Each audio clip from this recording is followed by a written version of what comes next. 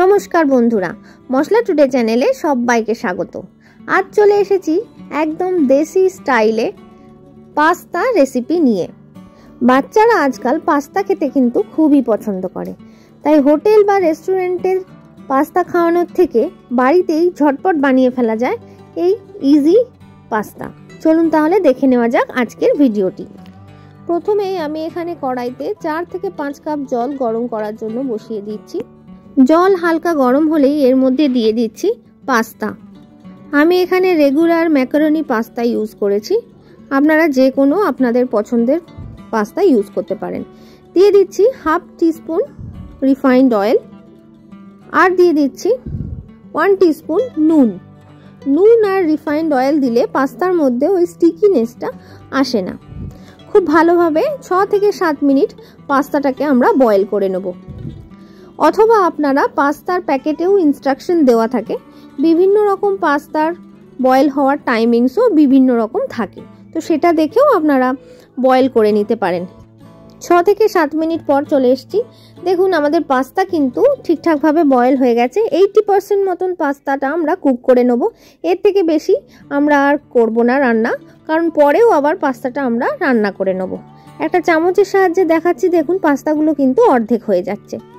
এবার পাস্তাটা একটা ফুটো থালায় আমি ঢেলে নিয়েছি। ওপর থেকে ঠান্ডা জল দিয়ে পাস্তাটা ধুয়ে নিচ্ছি, যাতে পাস্তার ফার্দার কুকিং প্রসেস বন্ধ হয়ে যায়। এবার একটা বড় ছাঁকনির মধ্যে এভাবে পাস্তাটাকে ছড়িয়ে রেখে দিয়েছি, আর স্টকটাও কিন্তু পাস্তার রেখে দিচ্ছি, যেটা আমরা পরে ইউজ করব। কড়াইতে 2 টেবিল স্পুন রিফাইন্ড অয়েল আমি এখানে ব্যবহার করেছি। এবার পাস্তাতে যে যে সবজিগুলো আমি ইউজ করব সেটা একটু সতে করে নেব খানিকক্ষণের জন্য। দিয়ে দিচ্ছি ডাইস করে কেটে নেওয়া একটা পেঁয়াজ। 3 থেকে 4 সেকেন্ড পেঁয়াজগুলোকে সতে করে নিচ্ছি। এবার এর মধ্যে দিয়ে দিচ্ছি ডাইস করে কেটে রাখা গাজর। গাজরটাকেও মিডিয়াম টু হাই ফ্লেমে একইভাবে খানিকক্ষণের জন্য এভাবে ফ্রাই করে নিচ্ছি। এবার এর মধ্যে দিয়ে দিচ্ছি ক্যাপসিকাম, আর আমার কাছে কিছু ইয়েলো বেল পেপারও ছিল, তাই দিয়ে দিচ্ছি। আপনাদের বাড়িতে ইয়েলো বেল পেপার না থাকলে দেওয়ার কোনো প্রয়োজন নেই। সব সবজিগুলোই একদম লাল করে ভেজে নেওয়ার কোনো দরকার নেই। সবজির মধ্যে যাতে একটু ক্রাঞ্চিনেস থাকে, ঠিক এই রকম ভাবেই সতে করে সবজিগুলোকে আমরা তুলে নেব। এবার সমস্ত সবজি আমি তুলে নিচ্ছি, আলাদা একটা পাত্রে তুলে রেখে দিচ্ছি। পাস্তা খেতে কিন্তু আমরা সবাই, বাচ্চা থেকে বয়স্ক সবাই ভালোবাসি, আর সন্ধ্যে স্ন্যাক্স হোক বা সকালের জলখাবার হোক, যে কোনো সময়ে পাস্তা কিন্তু খুব চটপট 15 থেকে 20 মিনিটের মধ্যে তৈরি হয়ে যায়। এবার ওই তেলের মধ্যেই কড়াইতে আমি 1 কিউব বাটার দিয়ে দিলাম। বাটারটা অপশনাল, তবে বাটার দিলে বাটারের ফ্লেভারটা কিন্তু পাস্তাতে খেতে খুবই ভালো লাগে। বাটার মেল্ট হয়ে গেলে এর মধ্যে দিয়ে দিচ্ছি 1 টিস্পুন ফাইনলি চপড রসুন। রসুনটাকে আমি একদম ছোট ছোট করে কুচিয়ে নিয়েছি। একটু ব্রাউন কালার আসা পর্যন্ত রসুনটাকে ফ্রাই করে নেব। রান্নাটা কিন্তু মিডিয়াম টু হাই ফ্লেমেই করবেন, একদম লো ফ্লেমে রান্নাটা করবেন না। রসুনটা মোটামুটি ফ্রাই হয়ে গেছে, ব্রাউন কালার পর্যন্ত এসে গেছে। এবার এর মধ্যে দিয়ে দিচ্ছি একটা বড় সাইজের কুচনো পেঁয়াজ।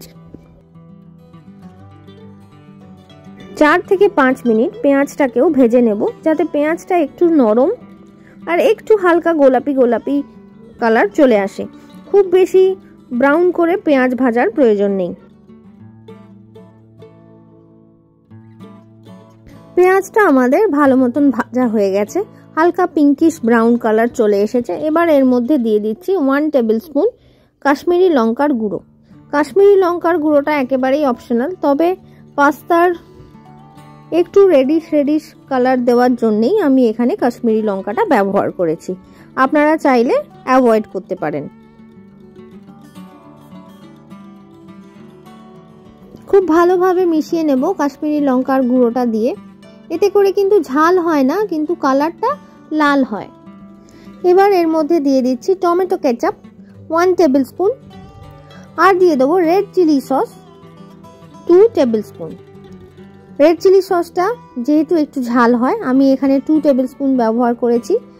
আপনি আপনার পরিমাণ অনুযায়ী বা ঝাল কতটা আপনি খেতে পছন্দ করেন সেই অনুযায়ী রেড চিলি সসটা ব্যবহার করতে পারেন। 3 থেকে 4 মিনিট খুব ভালোভাবে মিডিয়াম টু হাই ফ্লেমে সব সস দিয়ে পেঁয়াজটাকে কিন্তু খুব ভালোভাবে মিক্স করে নিতে হবে। এই সময় চাইলে আপনারা একটু চিনির ইউজ করতে পারেন, আমি এখানে চিনির ব্যবহার করিনি। যদি আপনারা চিনি দিতে চান তাহলে অবশ্যই দিতে পারেন, তাতেও টেস্টের ব্যালেন্স চলে আসবে। এবার পাস্তাটা আমি এর মধ্যে দিয়ে দিচ্ছি। পাস্তা দিয়েও খুব ভালোভাবে মিশিয়ে নিচ্ছি আমি আস্তে আস্তে, যতক্ষণ না পাস্তাটা খুব ভালোভাবে মশলার সাথে কোট হয়ে যাচ্ছে। 2 থেকে 3 মিনিট মতন টাইম নিয়ে পাস্তাটা মিশিয়ে নিয়েছি। এবার আগে থেকে সতে করা যে ভেজিটেবলসগুলো রাখা ছিল সেগুলো এর মধ্যে দিয়ে আরও একবার মিশিয়ে নেব।